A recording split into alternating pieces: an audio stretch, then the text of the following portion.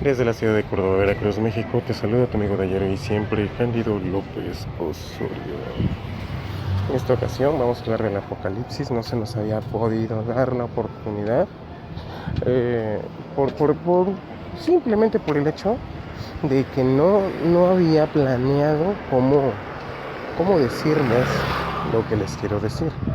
Por un lado está mi opinión, mi hipótesis, la razón por la que yo considero que este libro no debería formar parte de la Biblia, y por el otro lado está pues las razones por las que los padres de la iglesia e inclusive Martín Lutero, los padres de la iglesia e inclusive Martín Lutero consideraban que este libro no debía formar parte de la Biblia. ¿Sí? Nos vamos entendiendo, ¿no? Sin embargo, pues no tanto por motivos de tiempo, sino por el hecho de que no siempre se entiende lo que se quiere dar a expresar. Lo voy a hacer en dos partes. Primero, mi introducción, mi hipótesis, la razón por la que yo, Cándido López Osorio, considero que es un libro apócrifo entre los libros dogmáticos, ¿no? Ojo, si nos vamos a lo que es meramente sistemático, dogma para el creyente de origen gentil, el creyente que nace en el seno de una familia gentil, que no nace en el seno de una familia hebrea, nada más Pablo, ¿sí? Dijo Pedro en una ocasión que había quienes tergiversaban las escrituras. Ojo, quienes tergiversaban las palabras de Pablo y los otros escritos. ¿Y los otros qué? Escritos. Entonces, aquí vemos a un Pedro que ya está dogmatizando las cartas de Pablo. Vemos a un Pedro que ya está teniendo a Pablo por dogmático, ¿sí? Entonces, tenemos que el Evangelio, para nosotros, los creyentes de origen gentil, son las cartas de Pablo y Hebreos, que fue escrito por un discípulo de Pablo, ¿no? Pero que va en la misma línea. De Romanos a Hebreos, se acabó, ¿sí? Querer inculcarnos como algo dogmático sería, lo que no es eso, sería tergiversar, como lo dijo Pedro mismo, ¿sí? Es ya evangelio tergiversado. Tenemos que existen solamente 3 evangelios. ¿Cómo crees? ¿El evangelio de Juan, Lucas, Marcos, Mateo? No, espérate, güey. Mateo, Marcos, Lucas y Juan en el orden canónico, ¿no? Vamos al orden del Paudis, en el orden del Pshat, Rames, Trash, Sot. Sería Marcos, está en el Pshat lineal. Después seguiría Mateo, en el Remes. A ver, repiten después de mí. Remes. Que he visto teólogos presumiendo ser teólogos de seminario, decir Ramese. Qué vergüenza, ¿no? Alegórico. Luego sigue el Dirash, que es el libro de Lucas, el libro investigacional, más investigacional que Lucas no hay. Los otros 3 libros conocidos como evangelios son, como decía, en paz descanse mi pastor Salvador Leiva Solís, son escritos por cronistas. Sin embargo, la labor de Lucas fue la labor de un historiador. Me estoy entendiendo, ¿no? Y luego en el nivel más secreto el nivel para la escuela de profetas, el nivel Sod, está el libro de Juan, ¿sí? Que pues en otras ocasiones hemos dicho que este libro fue escrito realmente por Judas el Iscariote. Muchos dicen que Iscariote dicen que es el sicario. No, Iscariote es Ishkariot, hombre de Keriot. Él era Keriota, el Keriotí, ¿sí? Hombre de Keriot. Eso es Ishkariot. Bueno, ¿en qué estábamos? Pues resulta que existen 3 evangelios y no se refiere y nunca se ha referido y nunca se referirá al hecho de que estamos hablando de los 4 libros históricos conocidos como evangelios.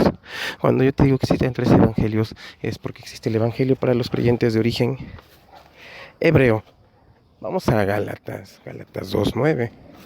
No te lo voy a recitar, pero pues ve, tú búscalo en tu Biblia, sabes leer. Si entraste a internet para escuchar esto que te estoy diciendo, sabes usar el internet, sabes leer, ve a tu Biblia, córrele. Léela desde Génesis hasta Apocalipsis. Lee los libros que no fueron incluidos, lee los libros de Deuteronomio canónico, lee los libros de Enoch. Sí, neta. Sí, léete todo. Todo aquello que te dijeron que no. Sal de dudas, que no te engañen, porque dijo Jesucristo, que Yeshua HaMashiach, Jesucristo como quieras llamar, dijo, escudriñad las escrituras, son las que dan testimonio de mí, son las que dan testimonio de mí. O sea, tú no puedes llegar allá a la presencia y decir, yo soy creyente, Señor, yo creí en ti porque hice esto y el otro, en tu nombre eché fuera demonios, o porque mi abuelita me lo inculcó. No, sino porque yo mismo, al igual que Pablo, indagué primero para ver si era cierto o era mentira, ¿no? Me puse a indagar a ver si era cierto. Escudriñé las escrituras siguiendo tu orden, Señor,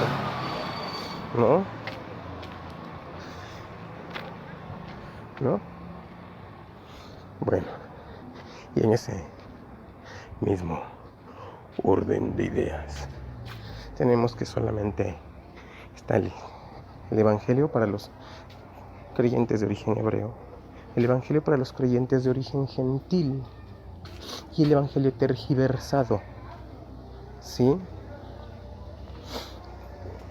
El evangelio para los creyentes de origen hebreo predicado a los gentiles y el evangelio de los creyentes de origen gentil predicado a los hebreos, sí, señores, es tergiversar las escrituras y es el evangelio tergiversado. Ok, espero que me estén entendiendo. Bueno, cuando nosotros vamos al Apocalipsis, resulta que muchas veces los teólogos quieren dogmatizar el Apocalipsis y quieren que esto que se está viendo en el Apocalipsis se aplique a la iglesia, cuando no estamos viendo en el Apocalipsis otra cosa que tribus, que matot. Matot es el plural para tribu, ¿sí?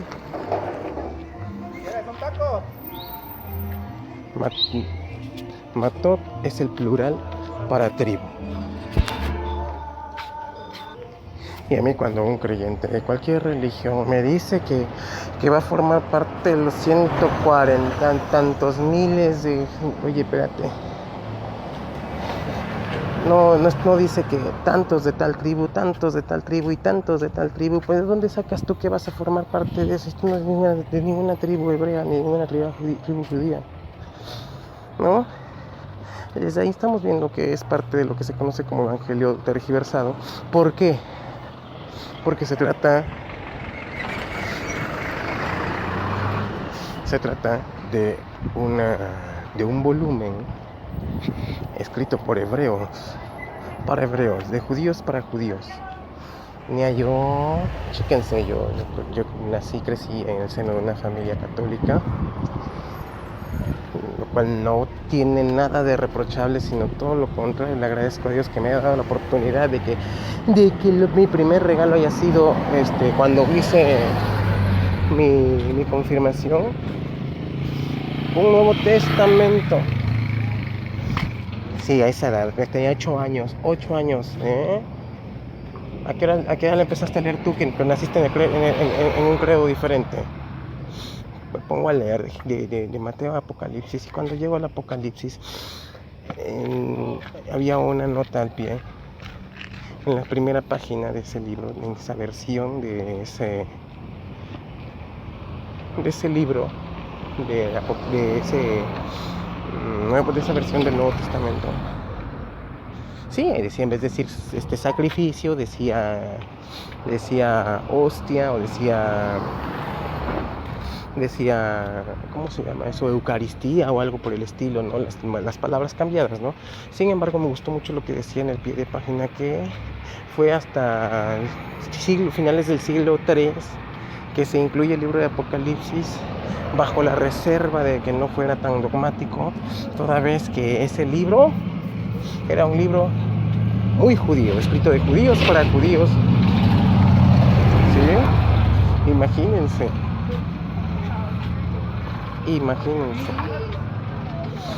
Bueno, vamos a hablar mi opinión. Habíamos hablado en el estudio donde hablamos del pueblo de Israel como pueblo escogido por Dios.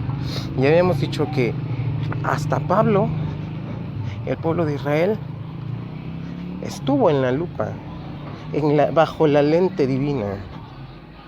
Pero llega el momento en que el pueblo de Israel sale de la lente divina, ¿sí?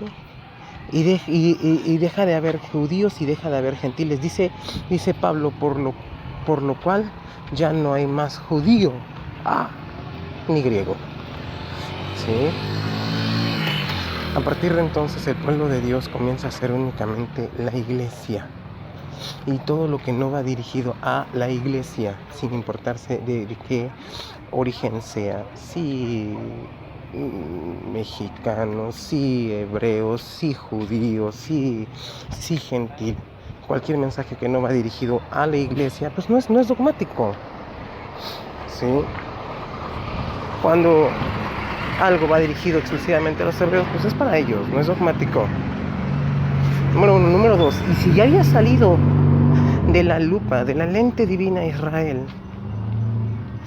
Sí, o sea, no quiero después que me digan comentarios como, oye, pero ¿qué dice Romanos 11? O sea, todo eso de Romanos 11 y shalala, ya lo tengo bien explicado en el estudio ese, cuyo enlace voy a dejar en la descripción de este. ¿Sí? Bueno.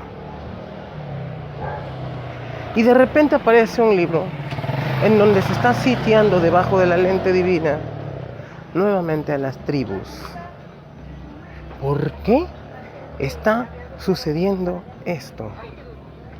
Imagínate que un grupo de judíos, que no se trataba de Juan, sino que este libro ni siquiera fue escrito por Juan, sino por descendientes de los discípulos, o sea, no por los discípulos, ni por Juan ni por sus discípulos, sino por descendientes de los discípulos de Juan, inventaron esta leyenda, sí, como en el año 400, los escribas hebreos se pusieron a inventar lo que actualmente se conoce como Antiguo Testamento. Triste realidad para el que lo esté escuchando ahorita,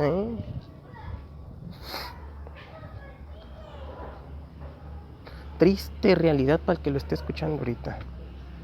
También un grupo de escribas descendientes de Juan, el que escribió el Apocalipsis,